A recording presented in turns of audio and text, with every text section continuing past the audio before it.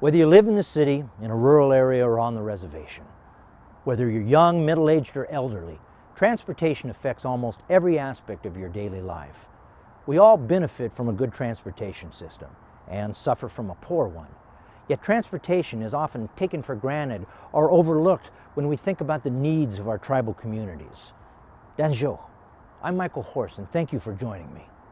If you're an elected tribal official or other community decision maker, it's particularly important for you to understand the impact transportation has on the economy, employment, education, health, and general welfare of your community.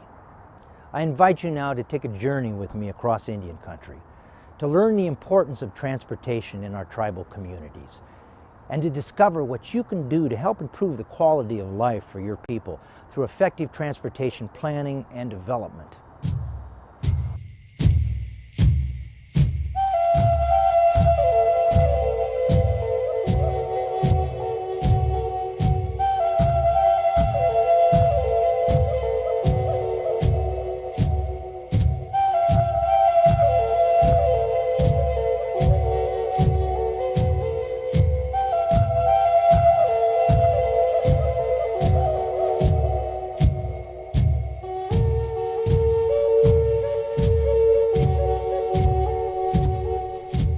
Transportation has always been an important part of tribal life. Traveling to hunt, to gather materials for daily living, to participate in ceremonies, to seek out the assistance of a wise healer or elder in a neighboring village, or to trade with tribes both near and far. Native pathways, waterways, and trails cross the width and breadth of this land, truly forming this nation's first intermodal transportation system. And today's modern networks of highways, canals, and rail lines were built on top of that original tribal transportation system. However, today's transportation systems are complex and costly, requiring an intricate collaboration between so many overlapping governmental jurisdictions it can boggle the mind. But whatever the costs, whatever the complexities, don't our people deserve our best efforts?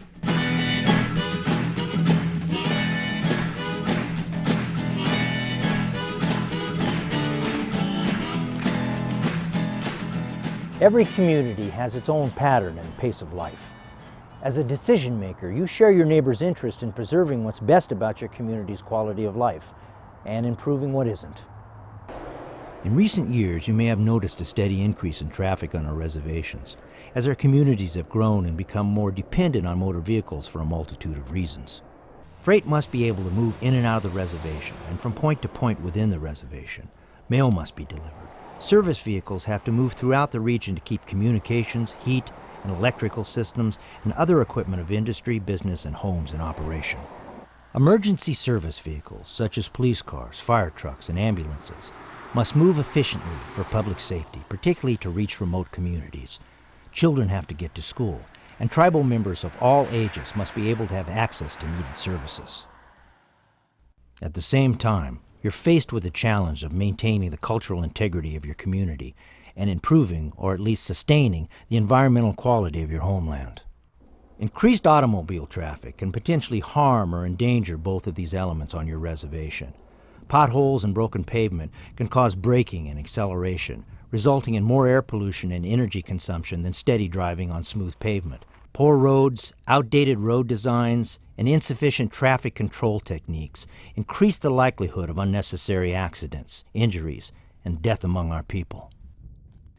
Oftentimes we think of housing for our people, we think of health care, schools and education for our children, care for our elders.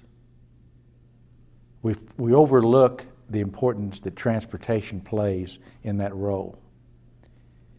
Without transportation and efficient transportation structures, whether that be roads, bridges, or be some type of transit, if people can't get to our schools and to our senior sites and to our health care facilities and in and out of our tribal communities and to the homes we build, then we have not done our job. We cannot use land unless we have a means to get to that land. If our roads are not being paid attention to, if they're being put on the back burner, This causes a great discrepancy within the community. It causes the flow of the community to stop and could even cause safety issues as well. And if they're not being paid attention to, then there is no means to funnel that money to solve that problem. And by not paying attention to transportation, we foolishly waste money in areas that will not benefit unless it has adequate transportation to it.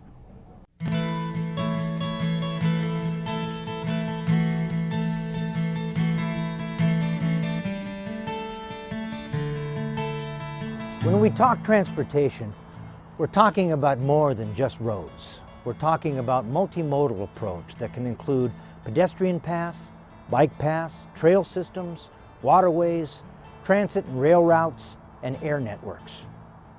As you examine your own community, you may find that people create their own unofficial pathways to get to and from local destinations. These are important clues that let you know that there is an unmet transportation need in your community.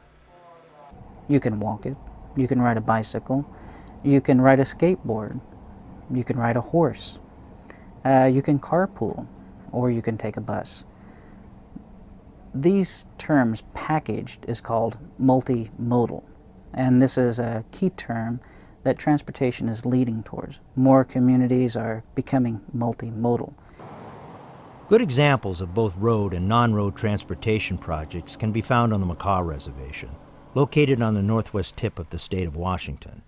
The reservation contains a popular tourist destination known as Cape Flattery, which is the most northwestern point in the continental United States. For years, sightseers from all over the world had to hike through a muddy, dangerous, and winding trail to see one of the most breathtaking views on the Pacific coast. Many people could not enjoy this experience simply because the trail was too difficult to navigate. Now, thanks to grants from the Department of Natural Resources and the Washington State Department of Transportation, visitors can reach the scenic viewpoints by means of an improved trail that combines segments of cedar boardwalks with groomed earthen trails. It's a nice and easy walk. You could walk down there in about 20 minutes and 25 minutes and you're back, up the hill and everything. So it's really nice, and a lot of people, I go out there and I see people I usually ask them where they're from, and the last time I was out there, there's people from Holland, Germany, and Florida, and so it makes it easier for you to, go through these areas, and probably protects the environment or the habitat of the trees, or the roots of the trees and everything that are exposed.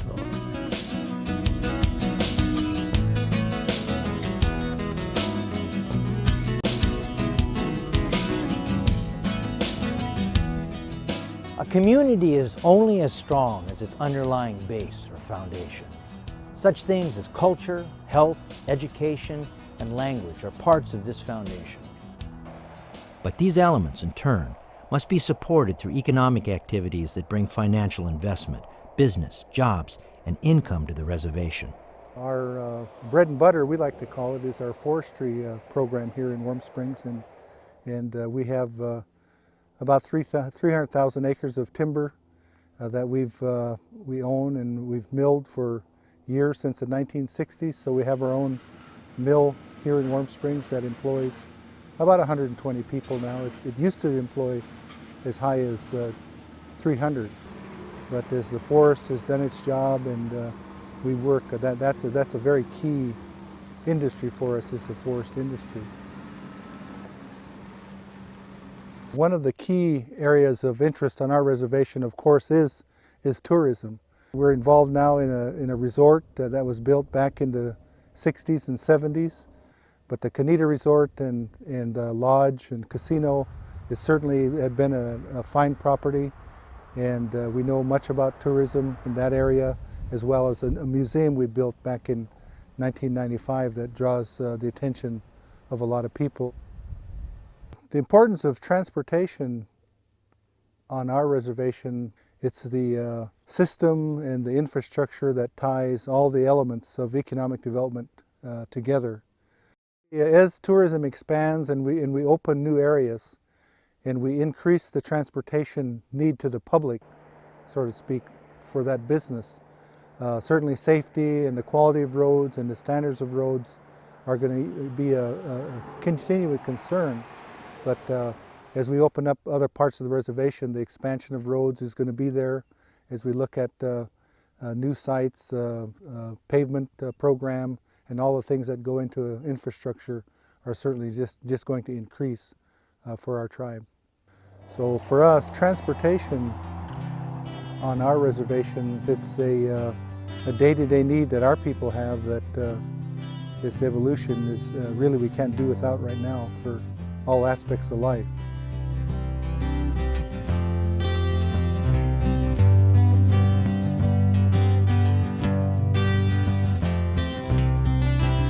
The future of our communities depends on the education of our young people.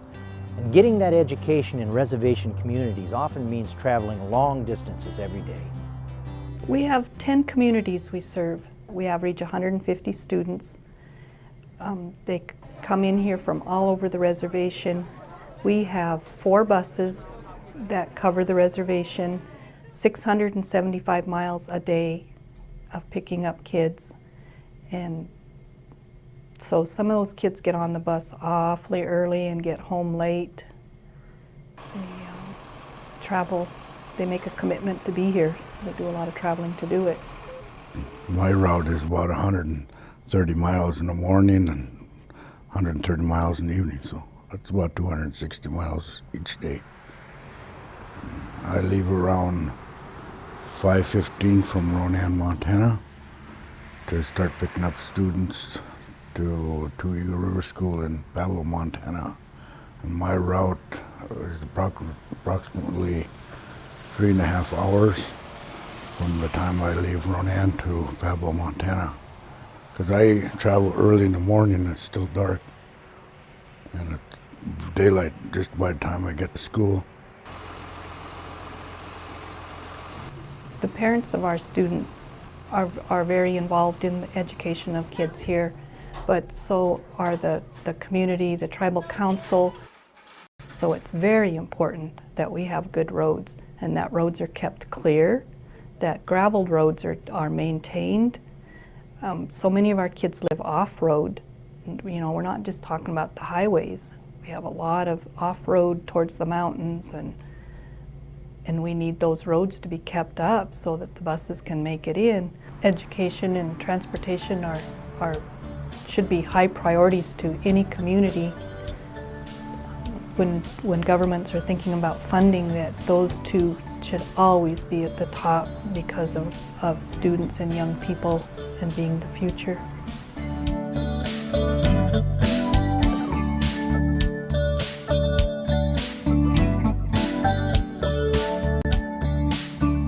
Access to health services is a continuing challenge for our tribal communities, and a good transportation system is, of course, one of the key factors in meeting that challenge. In the arena of transportation, as it relates specifically to healthcare, I think it's important to understand that there are transportation needs on a reservation that are not being met. There are pockets of isolation with roads that are sometimes impassable. There are people who have chosen to live in remote areas, many of them for generations. And as we all come to understand that we're getting older, we have an Indian population that is aging now. I think there will and there is now a need to provide support services to people that live in remote areas, and particularly elderly people, handicapped people. Many people on reservations still live far below the poverty line and simply don't have the resources to get to the clinic. And so we need to make sure that we're not, by policy, ignoring their right to live independently and their right to live on their allotments, their right to live in the place of their choosing. You know, you can plan for the best in terms of the delivery of service and recruitment of the best professionals, But if people can't get to you, then the service is not as valuable as it could be. So I think it really is incumbent, as people begin, again, planning for the future of tribes, that they weigh in all the factors, and those factors are the development of infrastructure at the reservation level, which includes transportation, it includes communication, it includes access to what is being planned, either healthcare facilities or shopping centers or whatever might be being planned.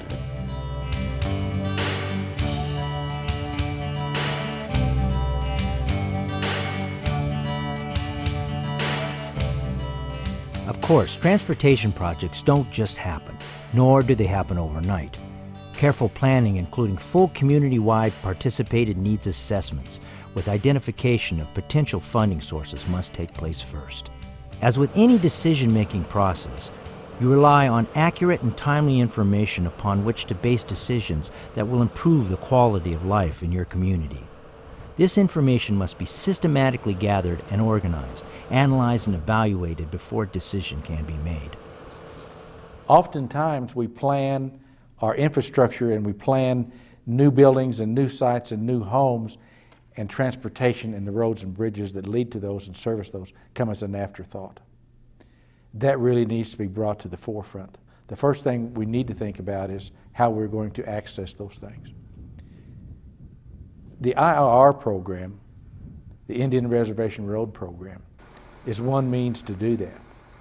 It's funded from the Federal Highway Trust Fund. The money comes down through the Federal Highway Administration, passes through the Bureau, BIA, and on to the tribes. The Bureau of Indian Affairs has 12 regions within its roads department. Those departments administer the program differently. The Northwest is a project-driven region. Therefore, the way that projects are funded and the way that construction gets going is that the tribe participates in the process. And that is, they provide us with a priority listing which will be incorporated into a regional transportation improvement plan. And that plan eventually is what drives the Northwest region projects. The way that these projects are going and how they get moving is the tribe would do a justification of the project. Why is this project important? And they would write a statement, also accompanying with that with a scope of work. And the scope of work is simply what is the projected cost of the construction of this project. When roads program has funds available for transportation planning needs, the only way to achieve those, to get those funds to achieve the project is through a contract, a Public Law 93-638 contract.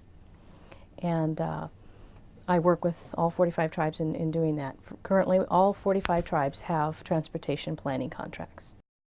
The contracting process may appear like it's just overwhelming, a lot of paperwork, and it is. But you have experts in every location, every region, that will assist every tribe in achieving that goal. And we're here to help you. Let us help you with the paperwork. And we will try to minimize it as much as possible and help you walk it through. And the goal is to, when funding is available, to get it to the tribes to help you meet your needs. What I'd like to do is encourage tribes to come to us for any assistance regarding transportation issues. I think it's important that this planning process be an ongoing process. It's not something that's done once and then it's checked off as being done, because I do believe it's a iterative process. Hopefully you get an initial core plan and beyond transportation planning, but an overall comprehensive plan to develop all your infrastructure needs, and in that, transportation is an integral part.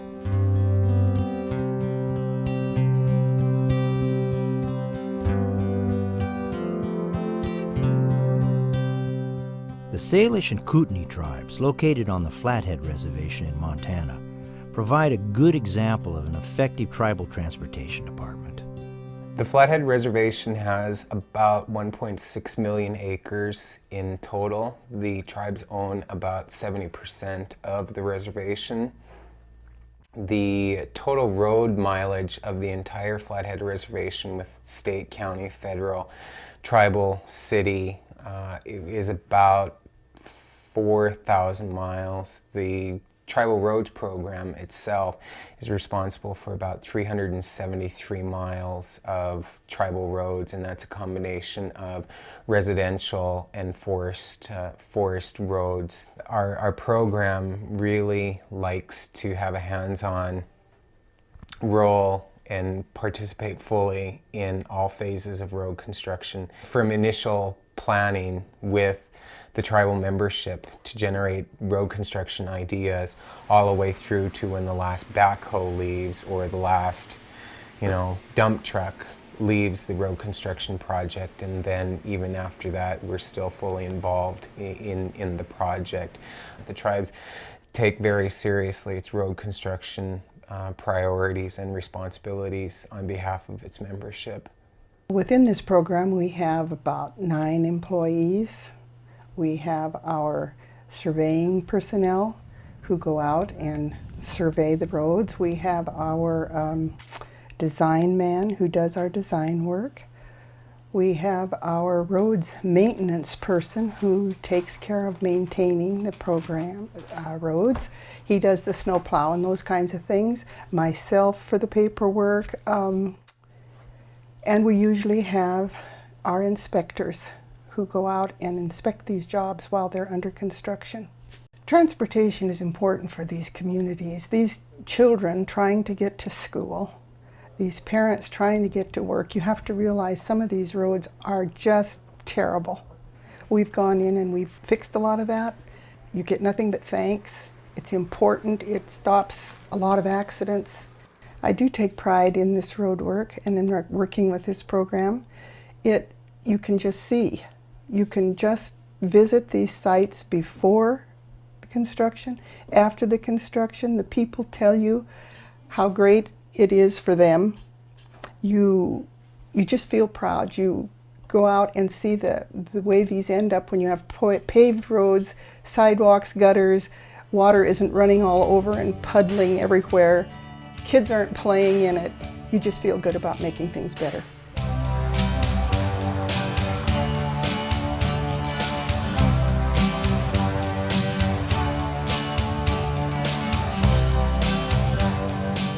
Typically, reservation roads don't exist in a vacuum. They're connected to county, state, or federal roads, and therefore require tribal governments to coordinate funding, planning, and maintenance efforts with other neighboring governmental agencies. When it comes to transportation issues, it's in your tribe's best interest to work well with others across jurisdictional boundaries. We have to understand that we share our transportation infrastructure with the states. There are certain areas that the states and the tribes are not going to see eye to eye. But the one area that we can see eye to eye, because we share a great deal of commonality, and that's the road system. We share the same road systems. When we look at our transportation plan and we look at what we want to do with transportation, we have to decide what we need to do to build bridges of communication between the tribes and the states, so that everybody can take the limited dollars that we have and make the best use of them. And we'll do that by partnering with the states and the counties and the cities, rather than looking at these people as adversaries.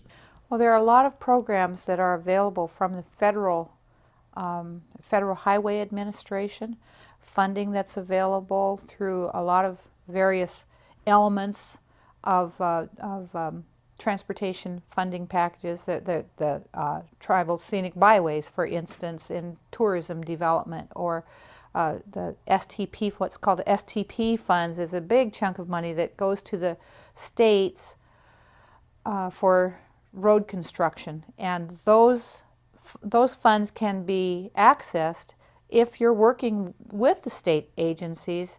You don't just have to work with Indian Reservation Roads programs. That's very limited, always underfunded. One thing I've learned in the 20-some years I've been involved with transportation is that jurisdictional boundaries mean very little to private citizens, regardless of their affiliations.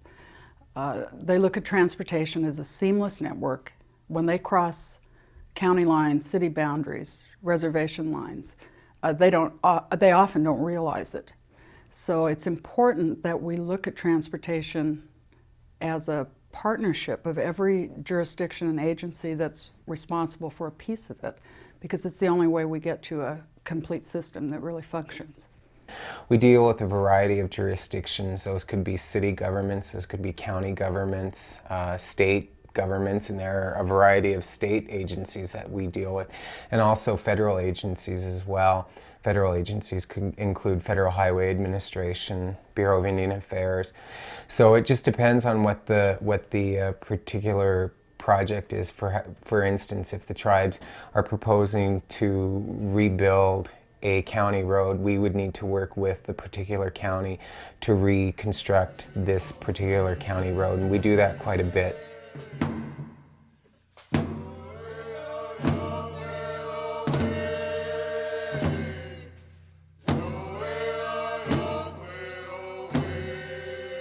The Lummi Nation Shoreline Road Project is a success story that demonstrates the importance of good planning and effective coordination.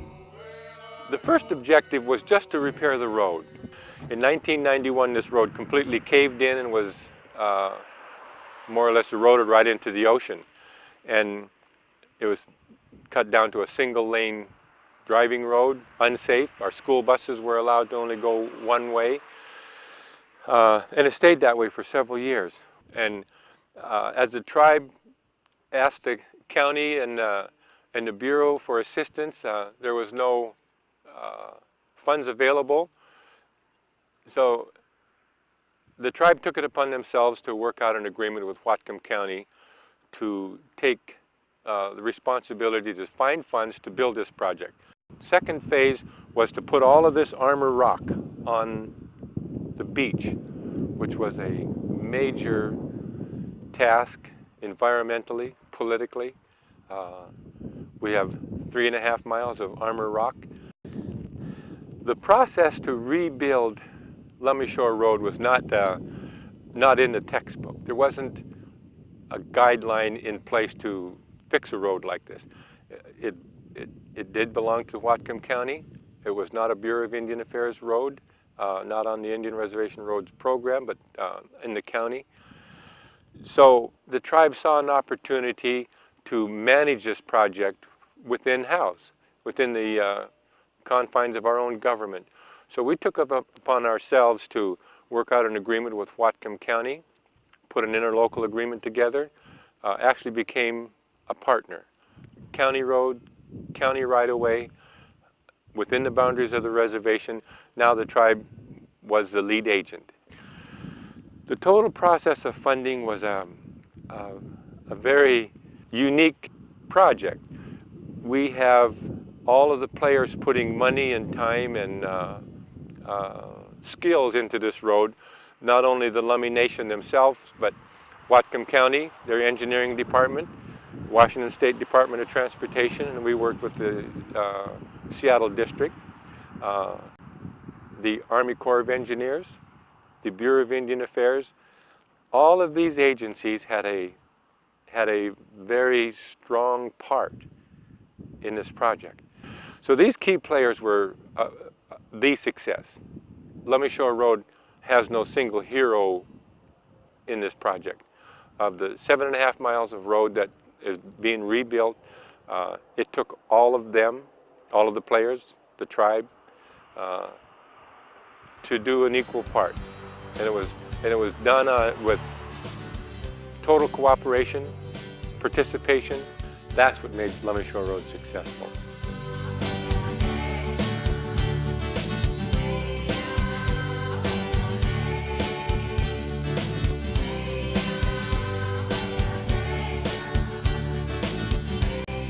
We're all aware of the fatal tragedies that often take place in our tribal communities.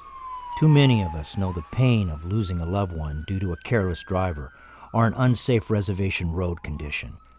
That's why an effective safety program is a vital element in any tribal transportation department. As public servants and as public officials, in our positions, we are responsible for the safety of our community. And transportation safety is lacking in Indian country. The fatality rate in Indian country is 6 times higher than the national average. Safety can be as simple as a sign. It can be the fog line paint strip on your roadway. It can be the washboard removals on gravel roads.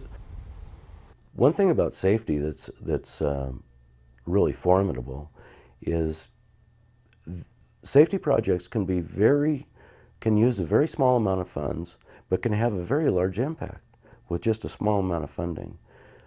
So it makes for a really important aspect of transportation.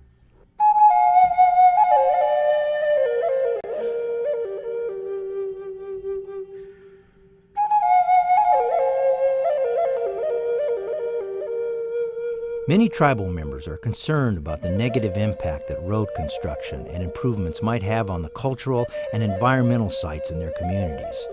These concerns must be listened to and taken into account during the planning phase of a project and is required by law.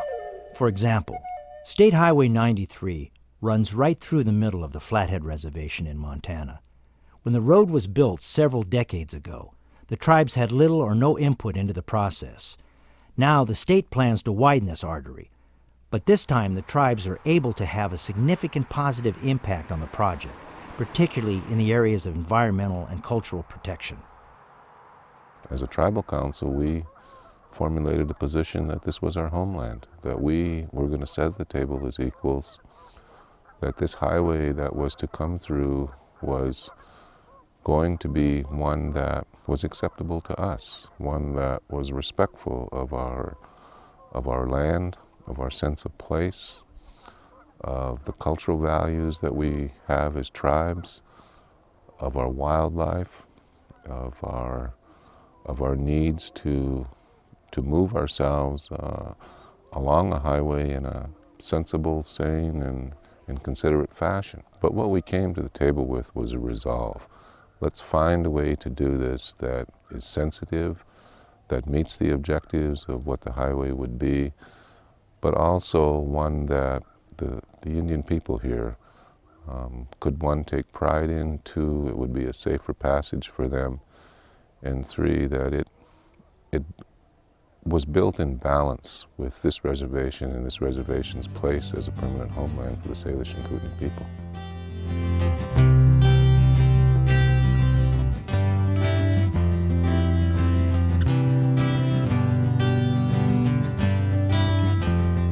Good governance includes taking responsibility for transportation quality and safety, and that's true for tribal governments as well. Right now, the Bureau of Indian Affairs is the prime source for projects and also the greatest provider of services for Indian country, and they've been the developer of these plans, and now it's understood really in the community and at the Bureau that they not only do not have the resources to do it, they really don't have the knowledge of the local bays. And so the bureaus are going to the people and to the tribal councils to try to get their input. Transportation is not something that will get you an award or get you in the spotlight in your community. Transportation is the backbone of the community. It's something that doesn't get paid a lot of attention to from a community level. But it will become important when that loved one needs to get to the hospital in time, when your child needs to go to school in a safe manner. You know, there's an old saying that we have the responsibility to plan for 7 generations. Can we do that? We do it as best we can. And that's why I really believe that before decisions are made, there needs to be a lot of careful deliberation, and it's really important that the tribal membership understand why it is you're doing what you're doing, and understanding that whatever you do will be met with some opposition. It will have some impact on some individual people. But again, as I guess a function of the leadership that we're vested with, we do the greatest good for the greatest number. And in doing so, render the best decision that we can, and know that what we have just agreed upon is something that will impact generations to come.